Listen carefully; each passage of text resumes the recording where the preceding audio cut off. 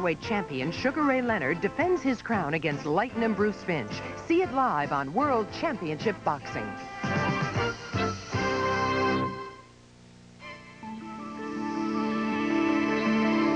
This is HBO.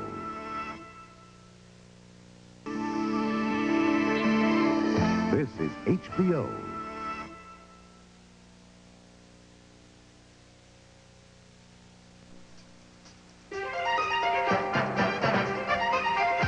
Reno, Nevada plays host to the most celebrated athlete in the world, Sugar Ray Leonard. On September 16th, Sugar Ray, behind on all three scorecards, scored a courageous knockout of Thomas Hearns to claim the undisputed welterweight title. But now, third-ranked WWC contender Bruce Finch would love to spoil the first defense of everyone's champion, Sugar Ray Leonard.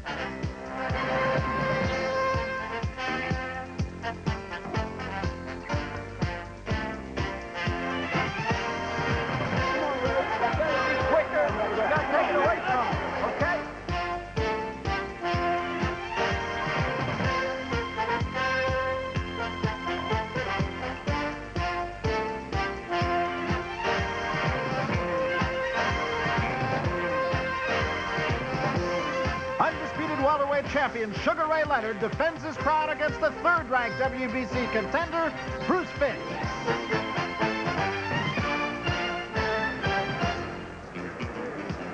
Live from the Centennial Coliseum in Reno, Nevada, HBO Sports presents World Championship Boxing. The main event, the undisputed welterweight champion of the world, Sugar Ray Leonard, defends his crown against the number 3 WBC contender, Bruce Finch. Hello, everybody. I'm Barry Tompkins, along with Larry Merchant. We are in Reno, Nevada, a city that has been alive in anticipation of this event tonight. And Larry, I think it's safe to say it is more than just the event that they have anticipated. It is the man, Sugar Ray Leonard. Well, this being George Washington's birthday or our celebration of it, I can't tell a lie. We're really here to see more of a performance in a performance-oriented resort than a contest. It's a performance not like Bill Cosby or Diana Ross, but more like an animal tamer, and we're wondering whether this time he just might get clawed. Virtuoso performance, to be sure, and we are seeing Sugar Ray Leonard perhaps at the very top of his game. He's fighting with the utmost what I call clarity. He sees everything, he's quick at everything. He's a great fighter at the peak of his career. Well, we talk about a performer, and the city of Reno has adopted this performer, Sugar Ray Leonard, as its very own. For tonight, this is the only show in town, and why not? It's been 72 years since the last one. Imagine this scenario if you can. Jerry Cooney defeats Larry Holmes for the heavyweight championship. Shortly thereafter, James Baldwin, one of America's leading writers, a black man, urges Muhammad Ali to come out of retirement, whip his tired old fat body into shape to fight Cooney and restore the heavyweight championship to the black race for its greater glory. Well, something like that is exactly what happened here in Reno 72 years ago. The champion in 1910 was Jack Johnson, the first black to hold the title. It was a time, in Ralph Ellison's memorable phrase, when most blacks were invisible. Johnson's flamboyant lifestyle stirred up racial tensions. Jack London, one of the most famous writers of his day, pleaded with former champion James Jeffries, now weighing 320 pounds, to come out of retirement and win back the title for the white race. Jeffries earned the now infamous nickname, the Great White Hope. In 6 months, he lost 90 pounds. Promoter Tex Rickett guaranteed Johnson an astronomical $120,000, and he built a 20,000-seat stadium in Reno, remembered by Andy Ganaccio. Well, the day before the fight was quite an excitement. Everybody in Reno, I think, we're talking about. And we all looked for a very big doing, which turned out to be a good fight. And naturally, everybody was rooting for the white man. They felt as though that he's going to be the winner, including myself. July 4th, 1910, Jack Johnson and James Jeffries scheduled to fight 45 rounds for the heavyweight championship of the world. There were 3,000 requests for press credentials, 2,000 of them filled. Jeffries was the favorite, but by the 15th round, the Great White Hope was bloody and hopeless. He never had a chance. on the 15th round, why Jeffrey had to be knocked out, and that was it. When you see the thing happen not in your favor, you sort of you feel like going home from the funeral parlor. The heavyweight champion was then widely regarded as the greatest athlete in the world, an important symbolic title. The loss of this title was threatening to many white people. After the fight, there was violence and in a few cases riots around the country. And Congress went on to pass an act that forbid the interstate transfer of fight films. That act wasn't abrogated until 1934. And it wasn't until a few years after that that a black man was permitted to fight again for the heavyweight championship, Joe Louis.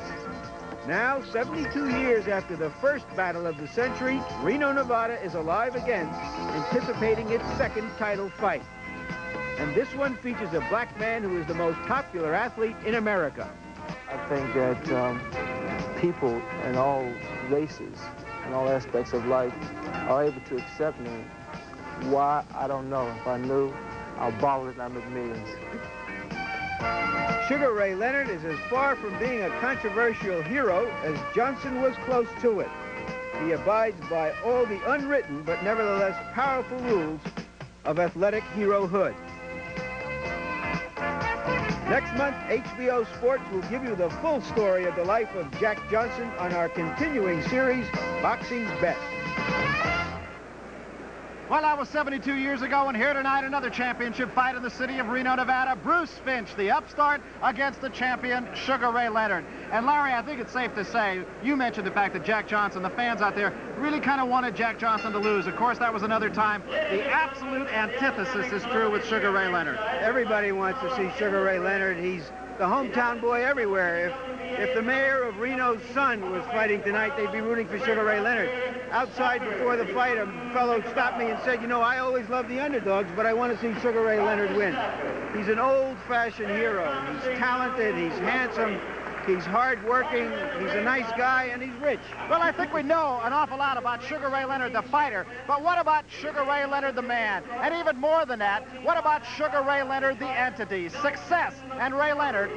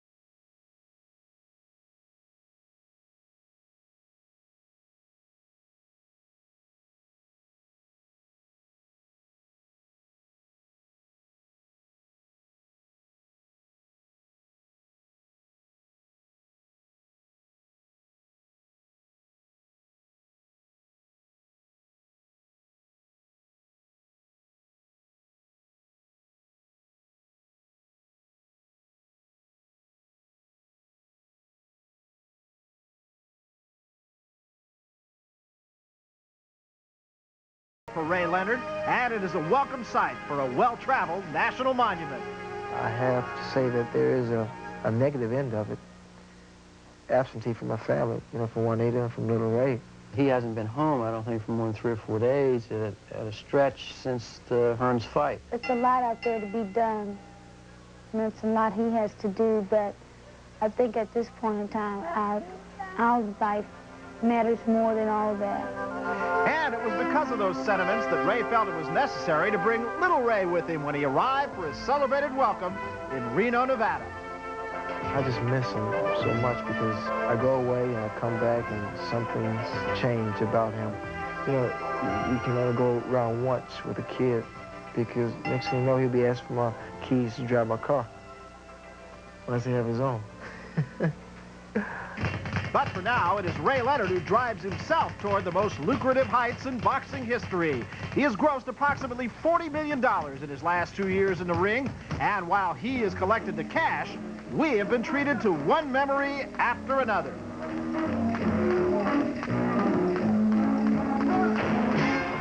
It was November 30th of 1979 when Sugar Ray Leonard took the WWC welterweight title from Wilfred Benitez.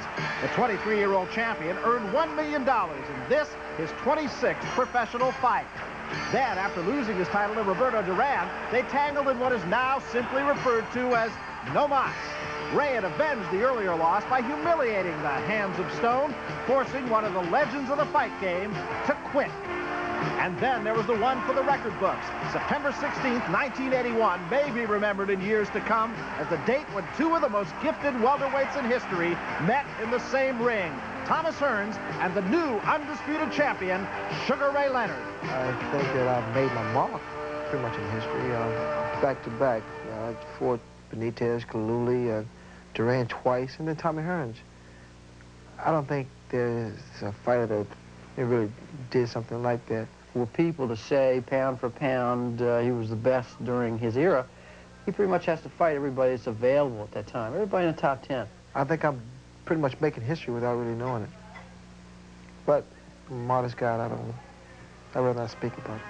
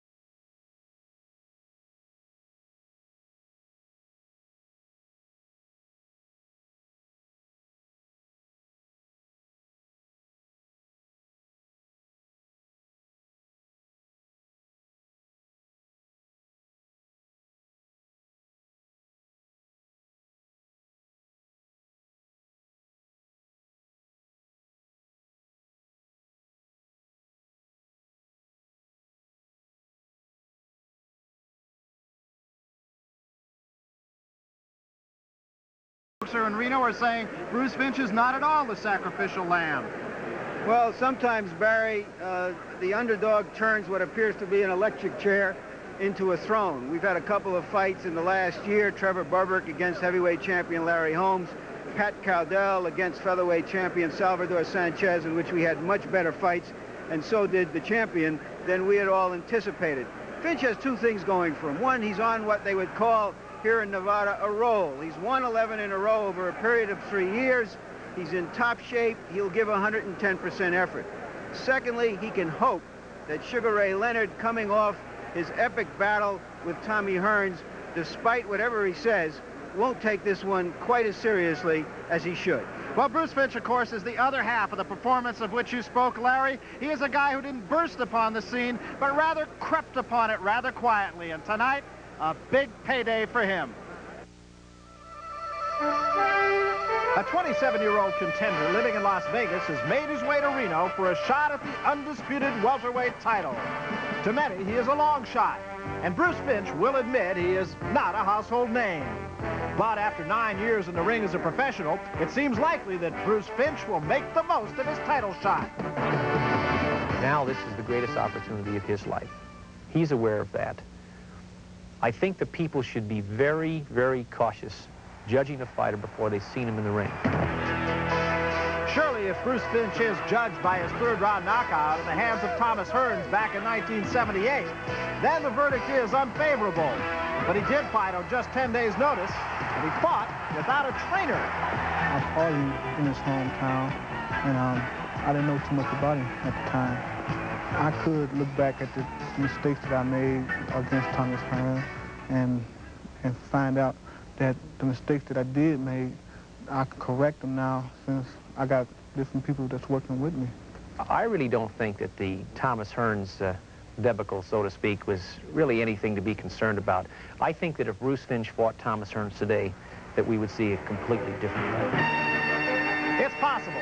Bruce has won all 11 of his fights since Hearns 3 years ago, including this convincing 8th-round TKO of Zeferino Gonzalez, who had gone 10 rounds with Roberto Duran.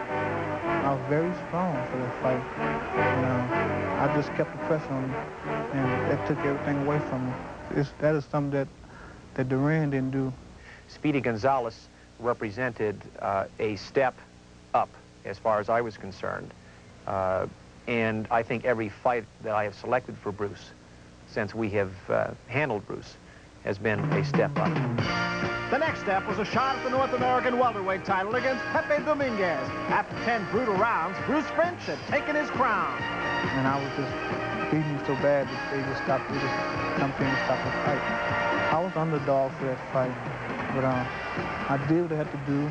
I took the title from him, and I'm very proud of myself. And now this public relations man from a Las Vegas casino hotel is gambling on a proud future. Tonight he is hoping to pull a major upset in his quest for the welterweight title. And his slot machine keeps showing the same combination, Sugar Ray Leonard.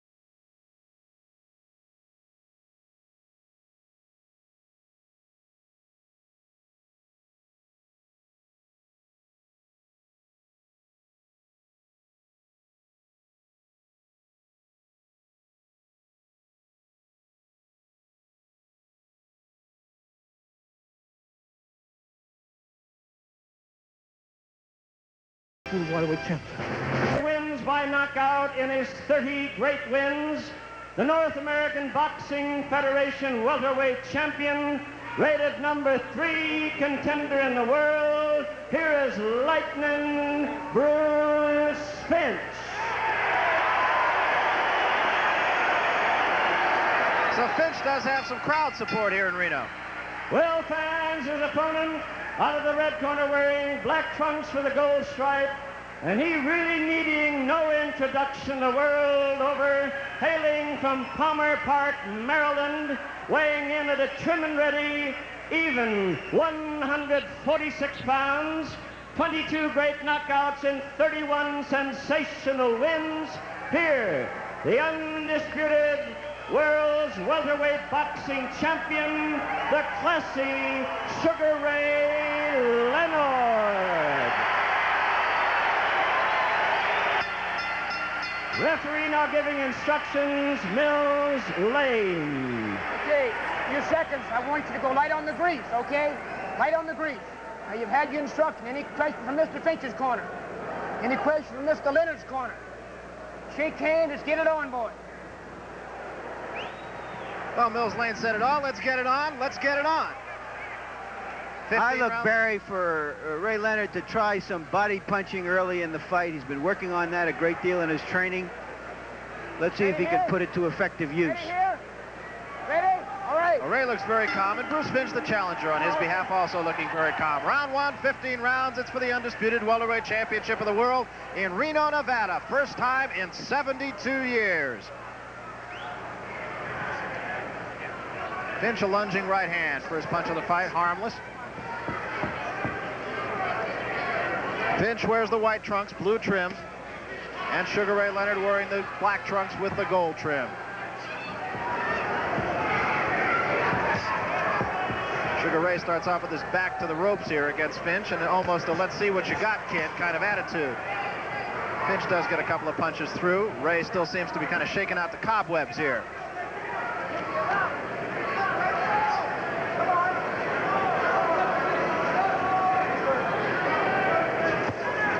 Finch is the number 3 ranked contender, remember. He is not somebody that is found under a rock, and in fact has really only been fighting on a full-time basis for about the past 3 years.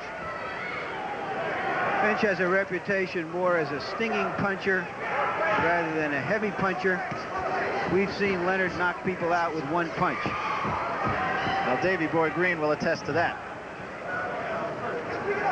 That is the thing about Ray Leonard. A left hook did score on the cheek of Sugar Ray Leonard, did not do any damage.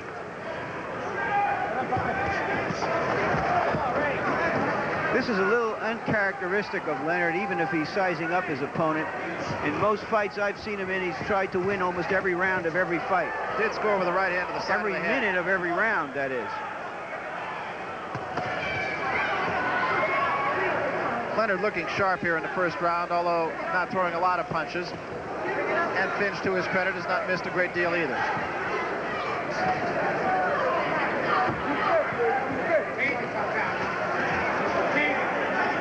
Leonard does look all business. Right to the head and a right to the body by Finch. He does have quick hands, and that is one of the things that people say about him.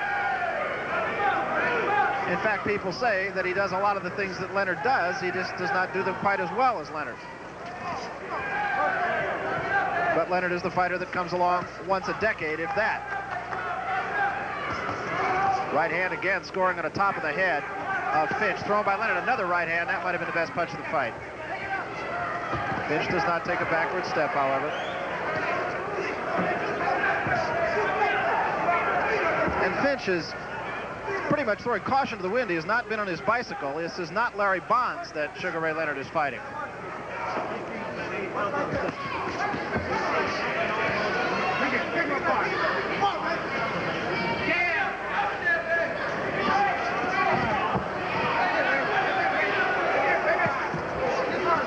Winding down to the end of the first round. That round was Bruce Finch's. Ray Leonard was not doing much business, just trying to size him up. Let's see what we can hear.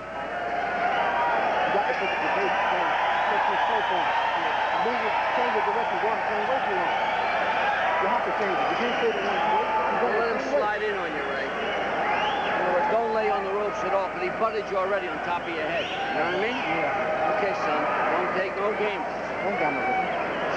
Let your shots go. Make it outside, be your, inside. Make it so simple. Make it be your pace. Your pace. You get it? Don't let him leave pace on you like that. He's all stiff. This is when you should nail him. Go downstairs. And you're going his pace. Pick it up. Go your thing, because this kid will fall apart. Go your own thing. When they rub Ray Leonard down, it's almost like they're polishing a diamond. And in fact, they are. Well, I think Angela Dundee told you everything certainly that we could tell you between rounds. Don't get on the ropes. He says he butted you on top of the head one time. Don't take any chances with this guy. Janks Morton, his other trainer, saying the man is stiff. Go downstairs now.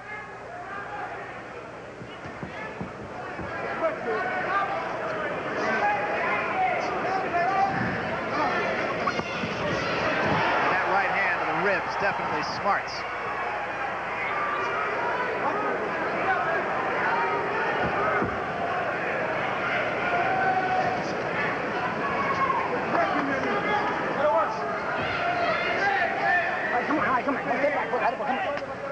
Strange lack of passion and excitement in the crowd here. That's very true, especially for a fight that has been anticipated like this one has. I guess after 72 years, they're out of practice. Not to mention out of breath.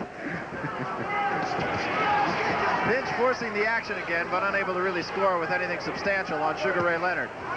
Leonard, as his corner has said, is going downstairs here in round two. Counter punch by Finch scored to the face of Sugar Ray Leonard. And Leonard staying off the ropes. Left hand, and another left hand, and that one could have stunned Sugar Ray. And the crowd comes alive for maybe the first time tonight on behalf of the challenger, Bruce Finch. Punch away free, come on, the other two hands are free. Not really a serious punch, but nonetheless a punch that I'm sure stung. And another left hand, and a right hand to the top of the head, almost a rabbit punch. And Leonard is doing what his corner told him don't do, and that is get off the ropes. There's a right hand, and Finch is staggered. So right back. Now Ray had a chance that time, I think, to follow up. Decided not to. Another right hand, and there is a booming right hand that puts Bruce Finch down. And I want to tell you, that brought the crowd alive. 6, 7, 8, 9, you okay? Finch is up at the count of 9. And Leonard is back at him, and Leonard is not fooling around with this guy. Finch goes down again at the ankles of Sugar Ray Leonard, and may not make it up this time. Bleeding inside the mouth. 4, 6, 7. He is up but wobbly. Says, yes, I'm okay. It's about 25 seconds left in the round. We'll see if he can weather this. And another right hand sends him back against the ropes. Sugar Ray Leonard is not waiting. Finch bails out of there. It was a right hand with Leonard's back to the ropes that caused the first amount of damage. 5 seconds remaining in the round. Finch is still very much hurt. He's just hanging on. The legs are like rubber, but he is doing the right thing, and he does get through the round.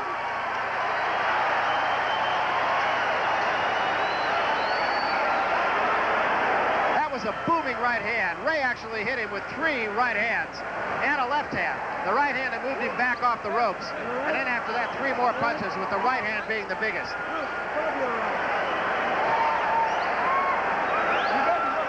We will have the knockdown here momentarily.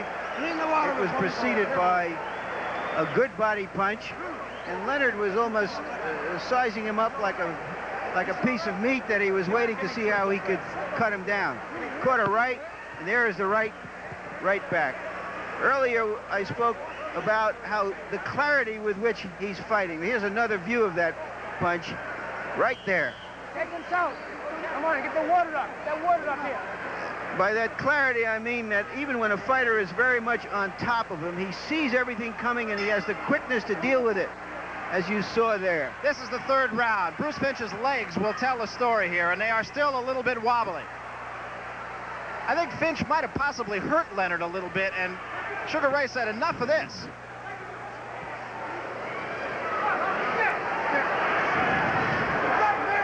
Finch scores with the right hand, but it is a marshmallow right hand. And Leonard comes back with a left jab, and another. And a right hand again, and the knees buckle on Bruce Finch. A left hand to the head by Leonard.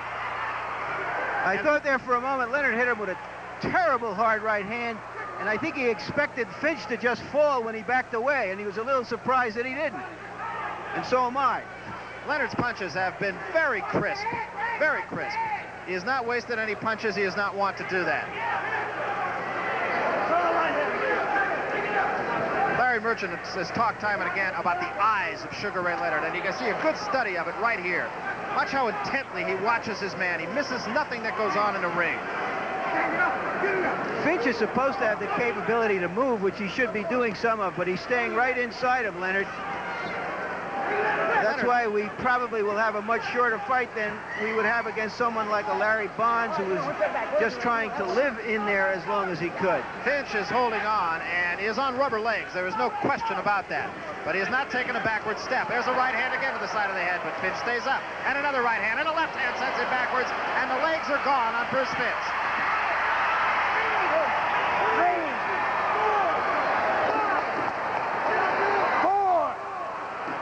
Just trying to get some air, get some breath. 8, 9. It's all over. It is all over, and wisely so. Mills Lane calls a halt to things here in the 3rd round, and I don't think you can question that at all. The man was hurt, and in fact, he got a couple of extra seconds on that knockdown simply because Sugar Ray did not go to the farthest neutral corner. So Sugar Ray Leonard is the winner by a technical knockout here in the 3rd round. And it was very impressive regardless of the competition. Sugar Ray Leonard is just getting better with every fight. It's just that simple. Let's take another look at the end of the fight. That left hand just buckled the knees. And you can see, look at the knees of Bruce Finch. He just had nothing left at that point, and almost any other punch would have put him down. In fact, Ray did not really hit him with a solid punch after that left hook. Buckled the knees. Let's take another look at it. Watch the left hook. The right hand set him up, and the left hand brought him back. You didn't quite see it because it was behind you, and you can see the dance that Bruce Finch is doing at that time. He was out at that juncture. Interesting shot here. This is from up in the rafters of Centennial Coliseum. But it was the right hand, really, that did do most damage, not so much the left. But there is the left, and that was the final punch. Sugar Ray taking a step back from it and really just waiting for Bruce Finch to fall the legs are the first to go, and they went on Bruce Finch. And after that, it was merely a question of how long it took the challenger to fall down. Sugar Ray did not really hit him with a solid punch after that. It was the right hand that set him up, a left hand coming back behind it. And you can see Sugar Ray Leonard, if he's going to be on television, he's going to look good, folks. So he retains his undisputed possession of the welterweight title. And right now, let's go up to Jimmy Lennon for the official decision. Jimmy? Well, ladies and gentlemen, we have the time of the knockout. 1 minute and 50 seconds in round number 3. Referee in charge, Mills Lane, stopping the bout. The winner by way of knockout, remaining the undisputed welterweight boxing champion of the world, Sugar Ray Leonard. And really, there was never a question about it, almost from midway through the first round. Bruce Finch had to go after his man. There was really no other way. He could not do what mistakes Larry Bonds did in his encounter with Sugar Ray at Syracuse. He tried to backpedal, tried to stay away from him, and then it was only a question of time until Sugar Ray Leonard caught up with him. And now, let's go up to Larry Merchant right now.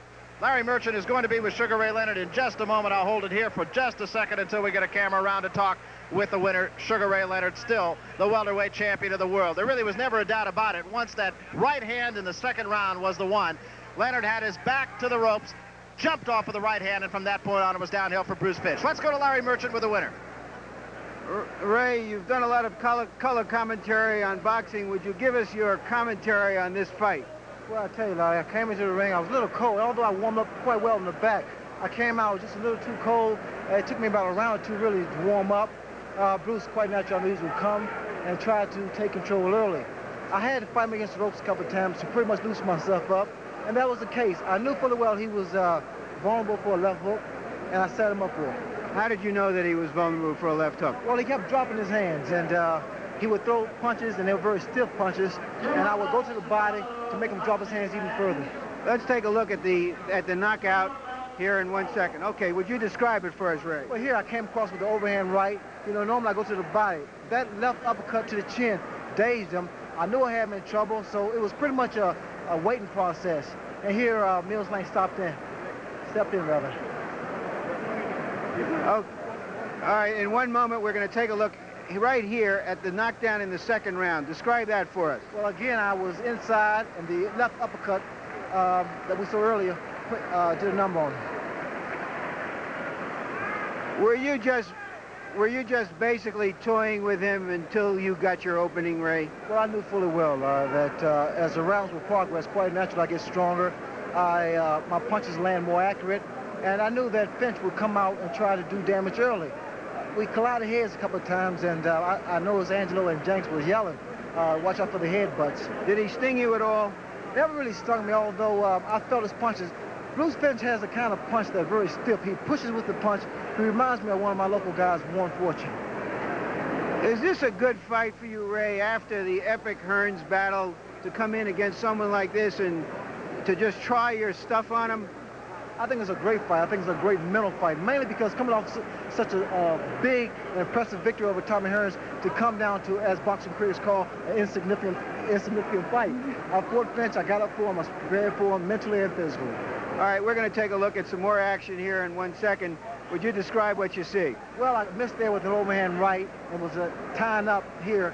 That left hook there and the body shots, along with the uppercuts, did damage. That left hook and the right hand put him down.